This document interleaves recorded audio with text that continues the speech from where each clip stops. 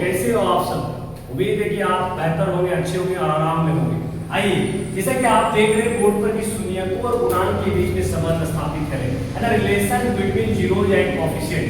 इसका मतलब है कि आप सीबीएसई बोर्ड के और जेईई बोर्ड के हो, उसके लिए आप हिंदी मीडियम में देखें और इंग्लिश मीडियम में relation between zeros and coefficient. तो भाई इक्वेशन हम लिए हैं, यहाँ पे बहुपद लिए, पॉलिनोमियल लिए, और इसमें हम लोग याद करेंगे कि भाई है ना बहुपद में जो है कैसे हम लोग शून्यक और क्या करते हैं, है ना, गुणांक के बीच में संबंध स्थापित करते हैं। तो सबसे पहले यहाँ पर आपको दिख रहा होगा कि x का पावर मैक्सिमम कितना है, 2 है। तो यहाँ पर क्या करना है कि इसमें जो वैल्यू आएगा बहुपद का, जो दो शून्य का वैल्यू आएगा, कितना आएगा, 2 आएगा। तो आप कैसे करते हो भाई, 2x² - 8x + 6। आप सबसे पहले ये क्या करते हो, इनका ना x का मान निकाल दो, दो शून्य का मान निकाल दो। आप सबसे पहले क्या करोगे, है ना, फर्स्ट इंटू लास्ट को गुणा करते हो, 6 दूनी 12 हो जाता है, 6 12 है ना, 6 2 12 होता है, और 2 6 क्या हो गया भाई, इसको काट के दो, इस तरह से काट दिए, है ना।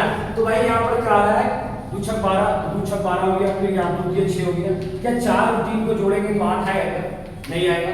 लेकिन हाँ 2 और 2 या 6 को यदि हम प्लस माइनस करें, मतलब कि इसको और इसको गुणा करने के बाद, इनको और इनको गुणा करने के बाद बीच वाला है ना, प्लस और माइनस करने के बाद -8 आना चाहिए, है ना। फर्स्ट इंटू लास्ट को आप गुणा करें और यहाँ पर आ जाइए, आप अभाज्य गुणनखंड लीजिए या प्राइम फैक्टराइजेशन लीजिए, और इसको गुणा जोड़ घटा करने के बाद यदि -8 को सेटिस्फाइड कर रहा है तो भाई ये आपका शून्यक निकल जाएगा। जैसे देखो 2x² हो गया, ये -8x लाना है, कैसे आएगा भाई, ध्यान से देखो, यहाँ पर 2 है और 2 × 6, तो -2 और -6 लिखेंगे, दोनों कर्जा में है, तो भाई यहाँ पर क्या होगा, -8 आ जाएगा। दोनों जो x है, यहाँ भी x लगा दीजिए, यहाँ भी x लगा दीजिए और यहाँ भी x लगा दीजिए, तो हम इसको लिख सकते हैं -2x और क्या भाई -6x, और प्लस क्या लिखेंगे, 6 लिखेंगे। यहाँ पर आपको शून्यक निकालना है। मेरा मकसद है, मेरा उद्देश्य है कि भाई यहाँ पर आपको क्या करना है ना, आपको शून्यक निकालना है। सबसे पहले हम लोग क्या करेंगे, यहाँ 2x², यहाँ 2x निकाल तो 2x आराम से कॉमन निकल जाएगा, यहाँ बचेगा x और यहाँ बचेगा 1। तो जो चीज यहाँ आप देख रहे हैं वहाँ यहाँ लिख लीजिए, तो भाई आसान ट्रिक है, वो भाई आपको बताया नहीं होगा ना। तो यहाँ पर x - 1 ये चीज यहाँ पर आप लिख दीजिए। अब जैसे आप यहाँ लिखिए, ध्यान से देखिए, जैसे यहाँ पर लिखिए -6 लाना है, तो भाई यहाँ पर क्या लिखना पड़ेगा, -6, तो -6 होगा तो x भी -6x हो जाएगा, और इस माइनस को माइनस से गुणा करोगे तो माइनस क्या हो जाएगा, प्लस हो जाएगा। तो भाई यहाँ पर 2x, अब जो चीज यहाँ लिखी ये चीज तो सेम यहाँ आने वाला, क्योंकि भाई गुणनखंड जब प्राइम फैक्टराइजेशन से मिडिल टर्म का आप गुणनखंड जब करते हो तो ये चीज आपको मालूम होना चाहिए। अब हम लोग क्या करेंगे, समेट के लिख देंगे, ये वाला ये चीज को क्या करेंगे, ऐसे लिख देंगे भाई, x - 1 लिख दिए, और जो ये पोर्शन है ये पोर्शन एक जगह लिख देंगे, 2x - 6 लिख देंगे, कोई दिक्कत नहीं। यहाँ से x का 2 मान आ जाएगा, तो भाई इसको x - 1 को 0 बराबर लिख दो और 2x - 6 को भी 0 के बराबर कर दे। यहाँ से x का मान आ जाएगा 1 और यहाँ से x का मान आ जाएगा 2x = 6 हो जाएगा, x का मान यहाँ 3 आ जाएगा। इसका मतलब एक शून्य जो पहला शून्य है हमको प्राप्त हुआ 1, और दूसरा शून्य जो प्राप्त हुआ क्या प्राप्त हुआ, 3 प्राप्त हुआ। कितना प्राप्त हुआ जी, 1 और 3 प्राप्त हुआ। ध्यान से देखें, पहला x का मान 1 आया, दूसरा शून्य का मान क्या आया, 3 आया। अब हम लोग क्या करेंगे, शून्य तो हमको मिल चुका है भाई, शून्य क्या मिल चुका है, हमको मिल चुका है। दूसरी बात क्या निकालना है, गुणांक। गुणांक कैसे होता है सर, गुणांक का मतलब क्या है, आपको बहुपद जब पढ़ा रहे थे तो भाई ax² + bx + c बराबर क्या होता है, ये आपको बराबर नहीं करना तो इक्वेशन बन जाएगा, ये सिंपल है, बहुपद पे रखना है, ये y बराबर होता है। सिंपल आपका क्या है, जनरल जो है फार्मूला मान सकते हैं, आप कह सकते हैं कि ये आपका क्या है, जनरल फार्मूला है पॉलिनोमियल का, बहुपद का। y किस पर डिपेंड है, x पर डिपेंड है। x का मान आप रखते जाइएगा, y का मान निकलेगा।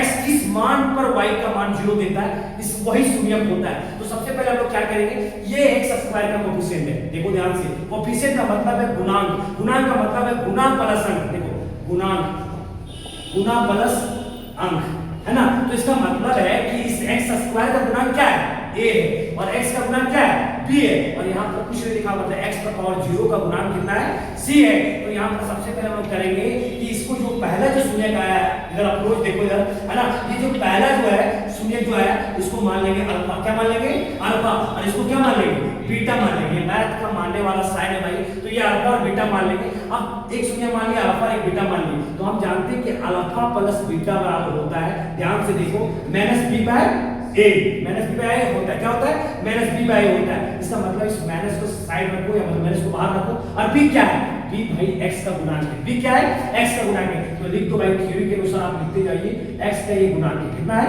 x का गुणांक है। और नीचे देखिए a किसका गुणांक है, गुणांक का मतलब है कि उस, है ना, चर का वैल्यू में से कितना कितना गुणांक है ना, ये कितना गुना है, तो भाई ये आपका किसका हो गया, एक्स स्क्वायर का गुणांक हो गया। किसका हो गया, एक्स स्क्वायर का गुणांक हो गया। ध्यान से देखिए, है ना, अल्फा प्लस बीटा जोड़ना है और इसको बराबर करना है माइनस बी बाय ए। इसको बराबर करना है माइनस बी बाय ए।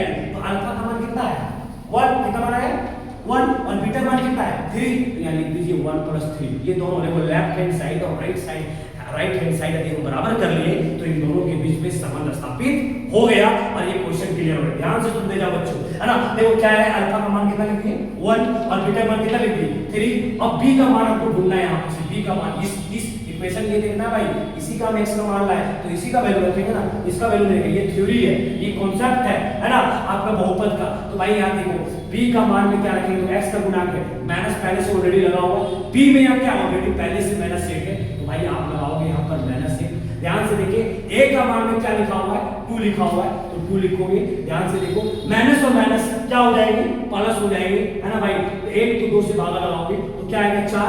अब लेफ्ट हैंड साइड में देखो, यहाँ से जब शून्य निकाले थे तो 1 और 3 को जोड़ोगे कितना आएगा 4, और यहाँ से भी माइनस की पे a का वैल्यू कितना आ रहा है 4। इसका मतलब है कि left hand side right hand side को है ना सैटिस्फाइड कर रहा है, मतलब कि शून्य का गुणांक जो शून्य का गुणांक के बीच में क्या लग रहा है, संबंध स्थापित हो रहा है। यही तो संबंध है, यही तो रिलेशन है, यही तो एक का रिश्ता है ना, रिलेशन है। तो आप आइए भैया कि शून्यकों का गुणनफल देखते गुणा करके, तो क्या करना पड़ेगा अल्फा इंटू बीटा। क्या करना पड़ेगा अल्फा इंटू बीटा। तो भाई इसको अल्फा माने थे पहला शून्य को, दूसरा शून्य को क्या माने थे बीटा माने थे। अल्फा का वैल्यू कितना है 1 और 3। ये भाई 1 और 3 को गुणा करोगे तो 3 आएगा, क्या इधर भी आता है। तो भाई अल्फा मतलब अल्फा गुणे बीटा बराबर क्या होता है c बाय a।